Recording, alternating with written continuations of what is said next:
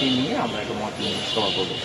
করার পরে এই সমস্যাগুলো আমরা আইডেন্টিফাই করে এই যে অভিযোগগুলো এগুলো যেন ভবিষ্যতে অ্যারাইজ না করে, যদি করে তাহলে তার দায় তাকে নিজেকে। হচ্ছে মানবিক প্রবলেম স্যার, এটা কিন্তু রাষ্ট্রীয় প্রবলেম না, বিহারটা মানবিক, ওই ফোন না ধরা এটা মানবিক, এই যে এখানে টোটালি আপনার ফোন সাইডে বসে রাখা এটা মানবিক। হাসপাতালের পরিবেশটা আমরা ডেভেলপ করবো।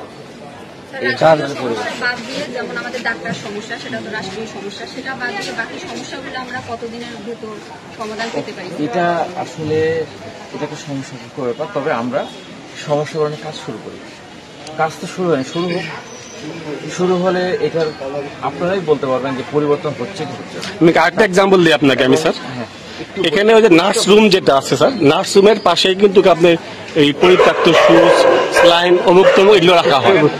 এইটা কি স্যার এতে কি রোগ কি প্রতিরোধ হচ্ছে না বৃদ্ধি পাচ্ছে?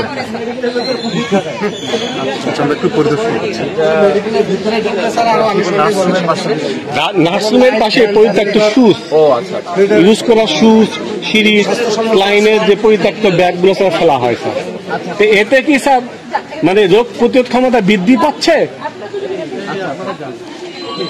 শোনেন, আমরা এটাও তাহলে ওই যে মতবিনিময় সভাটা আমরা করবো, এখানে আমরা হাসপাতাল পরিচ্ছন্নতা যেন আমাদের 24 ঘন্টা থাকে, এটারও জন্য আমরা একটা কমিটি করে দিব, যেন ওরা এই বিষয়টা দেখাশোনা করে। আর যেহেতু বর্তমানে আমাদের ইউসুফের মধ্যে অসুস্থ, উনি মূলত হাসপাতালটা দেখাশোনা করছেন, তো ওনাকে আমরা দায়িত্ব দিয়েই। উনি তো বিজি মানুষ স্যার, প্রচন্ড বিজি। ব্যস্ততা, যেহেতু চাকরি করি আমরা, সবারই ব্যস্ততা